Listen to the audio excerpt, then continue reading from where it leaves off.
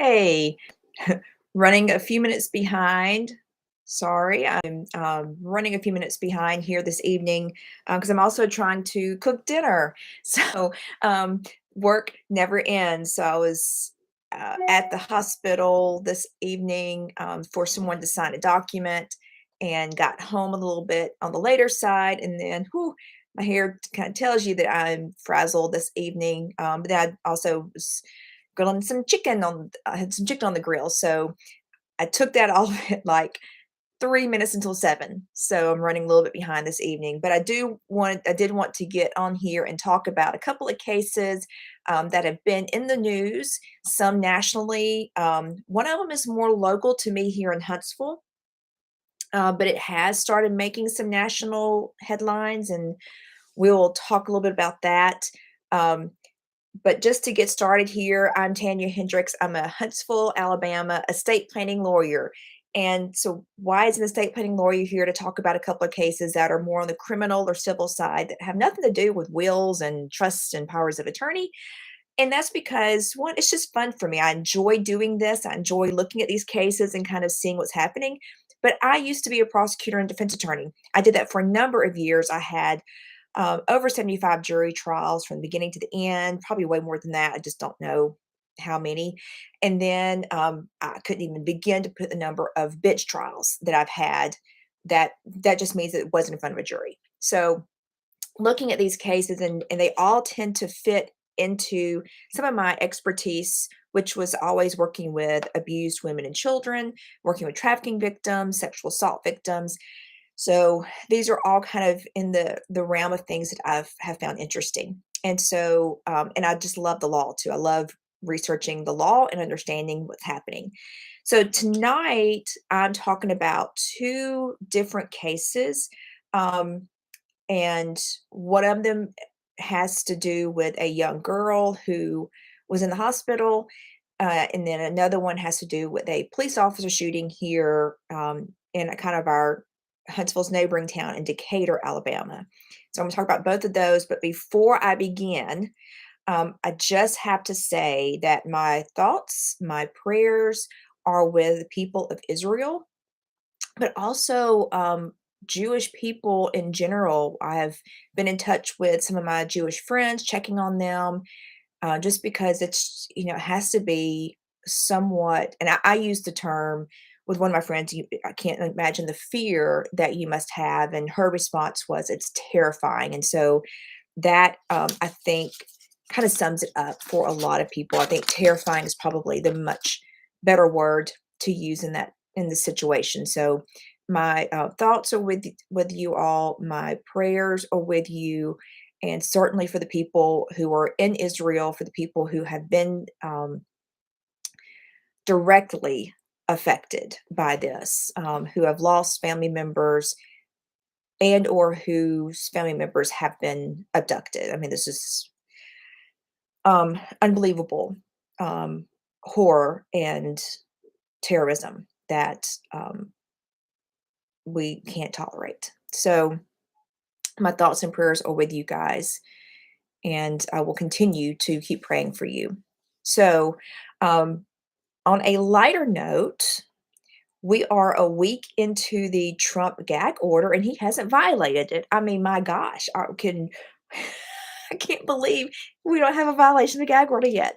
So we are on Trump gag order watch week one. I guess we're probably 7 days out now. There's no violation of it. So amazing. But I was listening to a podcast today, and they were talking about that. And I'm a little bit behind on the podcast, but it's interesting what will be the sanction for him if he violates it.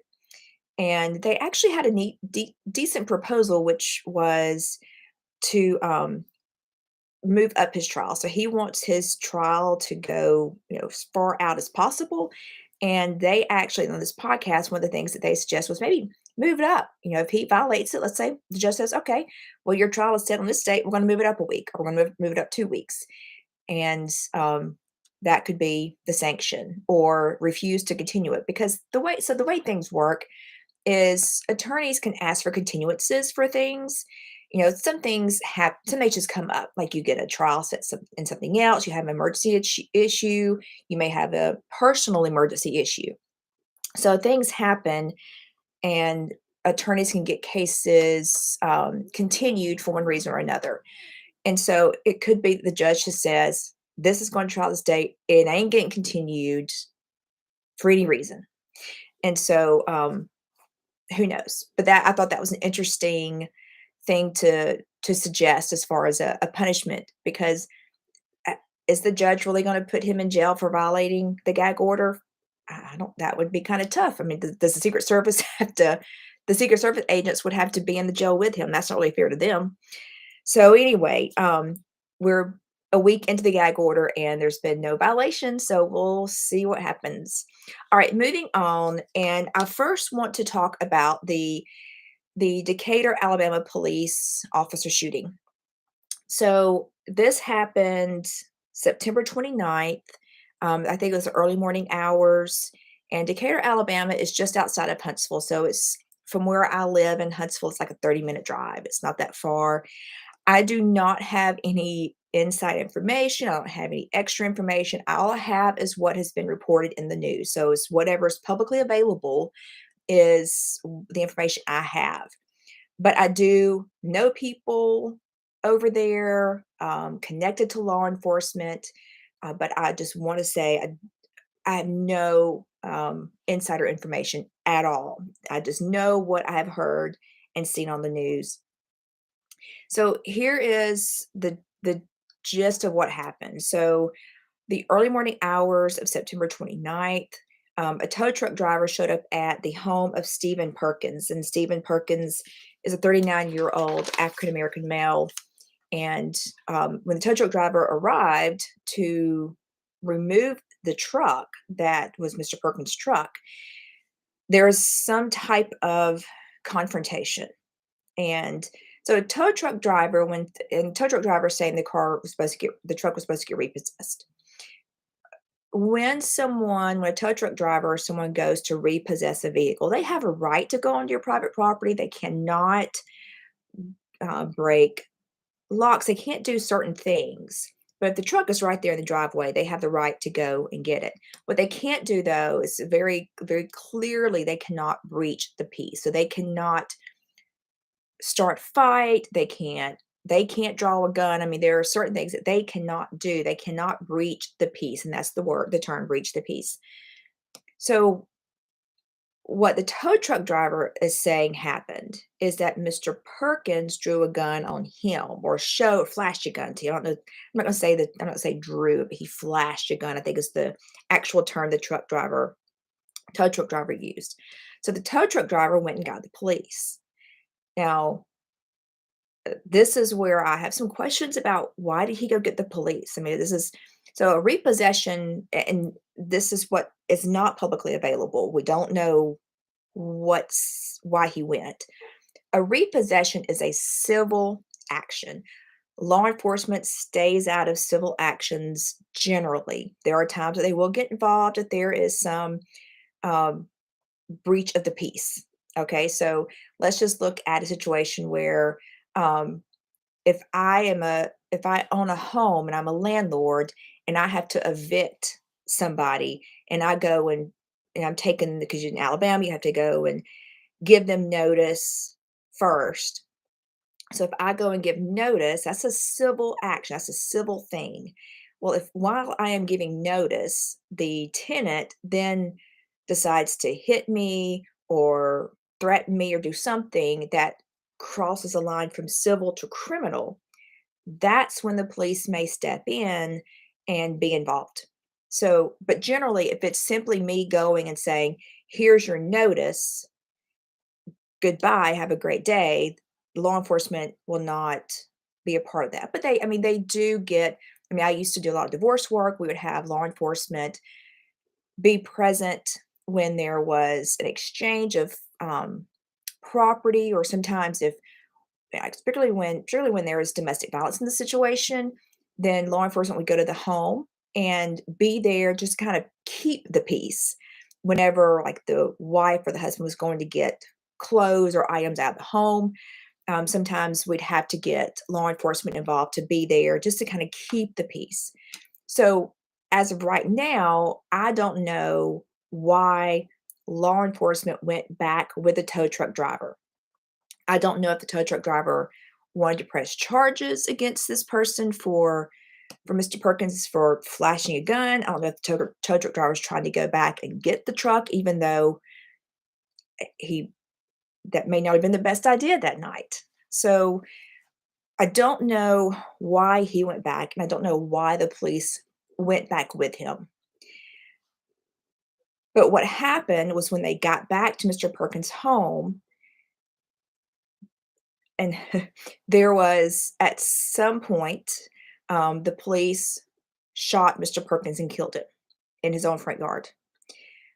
The police have not released the body cam footage yet, so we don't know what's recorded on the body cam. According to the Decatur officials, so Decatur is not investigating this matter. The Alabama Law Enforcement Association, which is the statewide agency, they are investigating, and that's routine. So whenever there's a police officer shooting in Alabama, Aaliyah steps in and investigates. So that's what happens, and that's who's investigating it here. So Decatur is saying when Aaliyah has finished their investigation, we will turn over the body cam footage. From a legal perspective, that makes sense. I mean, I see the point in doing that because they still have to investigate. They're still looking at things and talking to people.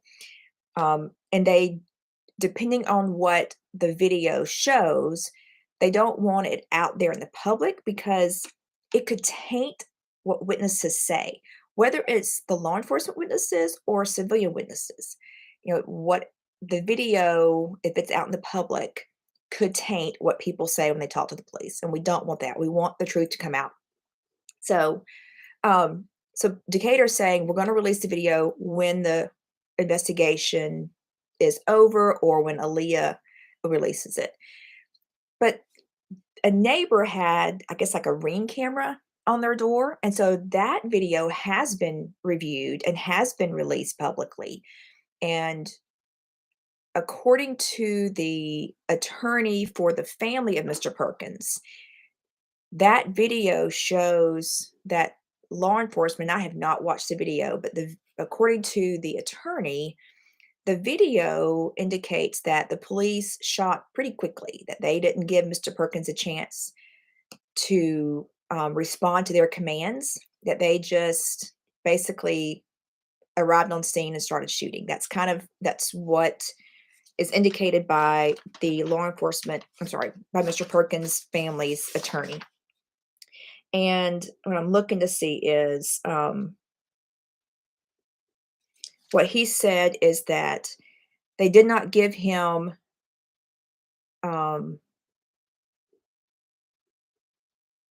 they didn't announce themselves, and they opened fire within a second of telling Mr. Perkins to get on the ground. Now, the family is disputing that his truck should have been in repossession anyway. So that adds another layer to the whole situation. Did the tow truck driver have a right to be on the property? If he did not have a right to be on the property, did the police have a right to be on the property? So we're looking at really kind of two different things. I mean, I think there is certainly some civil liability issues that are going to be at play, but also are there criminal charges against one or more of the officers? And the standards are different. So in a criminal case, the standard is beyond a reasonable doubt, which is a pretty high standard. It's not that high in a civil case. And certainly there is the possibility that Decatur's law enforcement or the city's insurance could just say, let's pay this out, let's get out from under this and be done with it without really admitting liability. They can still pay money out to the family. That happens a good bit, but it also, the family may say, no, we want them to admit some accountability. So that will play out separately than the criminal case.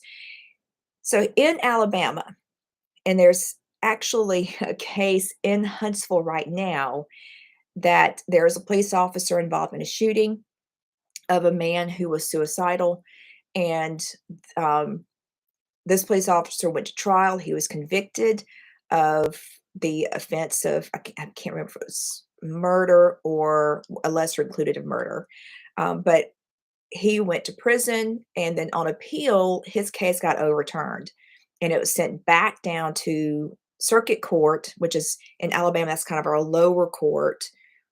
Well, that's our trial court. Let me put it that way. It's our trial court. So it was sent back to circuit court for a new trial. And what's going to happen in the new trial is, and the reason it got overturned is that there is a jury instruction that the court said had to be given. And that jury instruction is interesting because it is police officer or law enforcement officer specific.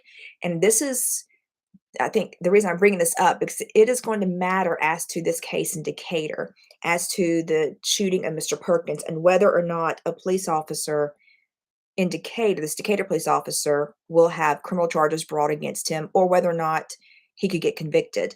So the jury instruction that the Alabama appellate court said had to be given to, in Mr. Darby's case in Huntsville, is that the officer's actions and the evaluation of his actions had to be based on his perspective of a reasonable police officer in the same situation. So that just means that you put any reasonable police officer in that same situation, and what would they do? Would they do the same thing or something similar? So the Decatur police said that, and ALEA, the Alabama Law Enforcement Association, has said that Mr. Perkins had a gun with a light on it. That's not really unusual. I mean, a lot of people have, I would say a lot, but people do have guns with lights on them. So it is possible. The family disputes that. The family says that it was a flashlight and it was not a gun. The Law Enforcement Association has said it was a gun. So as of right now, that's disputed. We don't know that. But here's the thing. When you take a reasonable police officer and you put them in that same situation, they've been told. So remember, that officer has been told by the tow truck driver that a gun was flashed at him. And they get on scene and they see something that appears to be a gun. I can tell you, I did a simulation. I went through the FBI Academy, not the FBI Academy, like the Citizens Academy. And we did a simulation where we were doing a active shooter drill. And I walked in and I was in the simulation as a video computer thing. I'm the police officer. And you got these teenage kids everywhere because you're in a school. And I looked over and there was a kid who poked his head in simulation, poked his head out of a closet, had something in his hand. It looked like a gun to me, but it was a cell phone. So there are things, now I'm not trained. Not trained in law enforcement at all. So I'm not trying to say, not making excuses for anybody, but when you're in the heat of the moment of something and that adrenaline's pumping, and when you see something that resembles a gun and you want to remove that threat, that's what that officer is thinking. So will a reasonable police officer take the same action? And that's not to say that he would be found not guilty, that police officer would be found not guilty. What that's saying, and what the appellate courts in Alabama have said, that instruction has to be given to a jury to consider. A jury, when they're listening to the case, could say, we don't care, we think that's ridiculous, they should have never pulled the trigger. But they could say, well, a reasonable police officer in the same situation would likely do the same thing and say not guilty. So that is something that's going to be interesting to see how that plays out over the course of this investigation to Mr. Perkins' death. Regardless of how it comes out, we've got someone who has passed away, a family member, a family whose son is no longer around. And so regardless of how you feel about some of the things that have happened with police officer shootings and how you feel about law enforcement, there's still someone's life that's been taken. And we need to keep that in mind and remember that that is a human being whose life was taken. So I'll monitor that and keep things posted and updated on here as things progress, um, because it is going to be in the news for a while, especially around here in Huntsville. All right, so moving on to a case out of Florida, and this has to do with a young woman by the name of Maya Kowalski. I hope I pronounced that correctly. So this is actually a civil case. This is not a criminal case. It's a civil case. Maya is now 17 years old. When she was 10, she was placed in the hospital in St. Petersburg, Florida. She has a condition called, let me see if I can, oh, I can't find it right off the bat. But she has a condition that is extremely painful, and it's kind of a rare condition. But what it does is it causes her arms and legs to be extremely painful to the touch, very sensitive to the touch, and it causes her a lot of pain. Some doctors have said the pain of this condition is worse than childbirth, if that gives you any idea of how painful this could be. So she was fighting this at 10 years of age. She had already been diagnosed with it. She had been under the care of a physician with it, and she was in the hospital. She was put in the hospital in October 2016, for this condition. And while she was there, her mother was constantly asking them and demanding that they give her ketamine. I think I pronounced that correctly. So, ketamine is generally used for things like anesthesia and it's a sedative, but it also is used for some other purposes as well. And in Maya's case, it was being used as a pain reliever, and it had been prescribed by a doctor. Her specialist had prescribed that to her, and she had received it.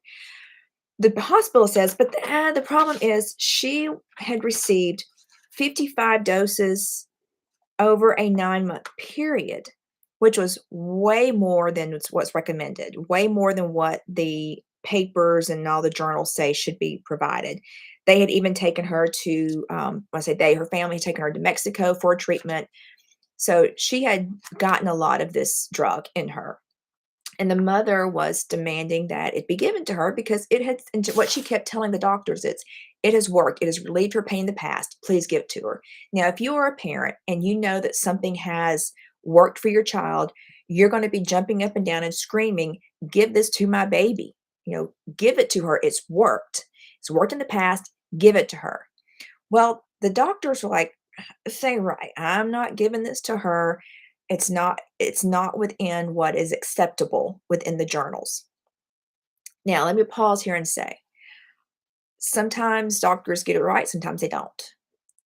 They go by the medical science. I actually had a case one time, a custody case, where a young girl had the daughter, it was a divorce and custody case. The daughter had cancer, and the dad was trying experimental treatments, and the mom was wanting to stick solely with the science. Well, the experimental treatments were actually working for the girl. And so that's what was helping her. It wasn't the science, the medical science stuff. So sometimes other things work better than what the medical science says. And in here, they were relying, according to what I have read, it looks like the hospital doctors were relying on the science. That's not a bad thing. I mean, they're relying on the science. But the mother is saying this other treatment works. It helps her. Please give it to her. Well, she was insisting so much that the doctors began to suspect that the mother was abusing their daughter and doing something that's called Munchausen by proxy. So Munchausen by proxy is it's the syndrome or symptom where usually a mother, but it's a parent, but usually a mother, um, claims they want the attention. So the mother, they want the attention from having a sick child. That's basically what it comes down to. So they will do things to make their child sick, whether it's they give them different medications, they research things and give them stuff that will make them sick, but not actually die, but just sick enough to get the attention. Sometimes they do take it too far and murder kids, but generally it's just something that makes them sick. And So they are constantly seeking treatment, seeking help because they like that attention that they get from that. So the medical staff began to suspect that's what this mother was doing. And the social worker at the hospital did a report claiming abuse, making the allegation that the mother was abusing the child through this Munchausen by proxy. As a prosecutor, I did have a case where we looked at that. I mean, there was a strong possibility that that was happening. That was really it. It was extremely hard. I mean, Munchausen cases are difficult to prove on a criminal side. But what happened on this case is that the social worker and the doctors then went to court and got a judge to separate Maya from her family. So the judge basically took custody away from the family and gave it over to the children's services. And so Maya was in the hospital under the supervision of these doctors, nurses, and the social worker without her family. And they were not allowed to really visit. They were able to talk on the phone. The family was Polish. They only could speak to each other in English. The conversations were always supervised by the social worker, and in fact, the Maya in her testimony, and they're in. So let me just back up. They are in day 9 of this civil jury trial, and so Maya's testifying, and she talked about how at times when she talked to her mother, the social worker would have her in her lap and would be stroking her or whatever, and she's like, "It's painful because everything hurt." And the because the doctors believed that this was a Munchausen by proxy case, they didn't believe that she was really in pain. And they put her in a room where she didn't have they put her in a room that would require her to get out of bed and walk to a bathroom or walk to a facility or a toilet. And many times she didn't get out of bed because it was just so painful, and so she would soil herself. But this is because the doctors didn't believe she really had this syndrome. They didn't believe her symptoms. And so they allowed this young girl, a 10-year-old girl, to suffer through the pain because they believed the mother was causing it. According to the hospital, she improved some, but according to Maya, she did not. The hospital's like, well, by the time she got out of the hospital, she was able to walk. Well, I mean, we're talking 3 months, more than 3 months. So this happened in October 2016 when the hospital got an order that said the mother, that Maya was no longer in the custody of her parents, that she had to be in custody of children's services, and they would be completely in control of her care, monitoring her and in control of her care. And the reason the lawsuit got filed is in January 7, 2017, Maya's mother, under the stress of all of this and under the allegations that she was harming her own daughter, took her own life. So she killed herself over all of this. And Maya's father and brother and a priest came to see her and was able to spend just a few minutes with her to explain that her mom killed herself. And here's this 10-year-old girl lying in bed by herself, having to deal with this, with people that um, are keeping her from her family. So I mean, it's not like she's developed a relationship with these people. So the family filed a lawsuit in 2018 over what they called medical kidnapping of Maya and all the things. I mean, just so much that the family had to go through in all of this. So they are suing the hospital. They're currently in a trial with it. And like I said, they're in day 9, and they expect the trial to last about 8 weeks. And it's over the liability of the hospital and whether or not the hospital is liable for what happened to Maya. And I think there's a television show that's coming out or already has come out about what happened to Maya.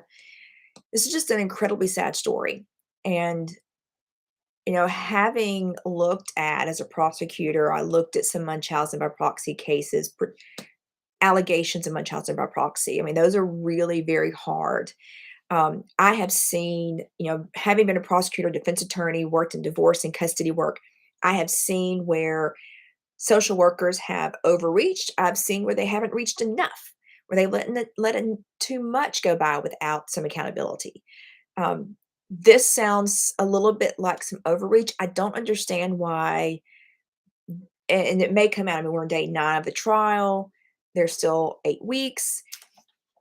It may come out later as to that they did consult with her regular doctor, the specialist who had given her the medicine in the past. Um, I just don't understand how this could have happened to this extent when she already had a medical history and a diagnosis of that.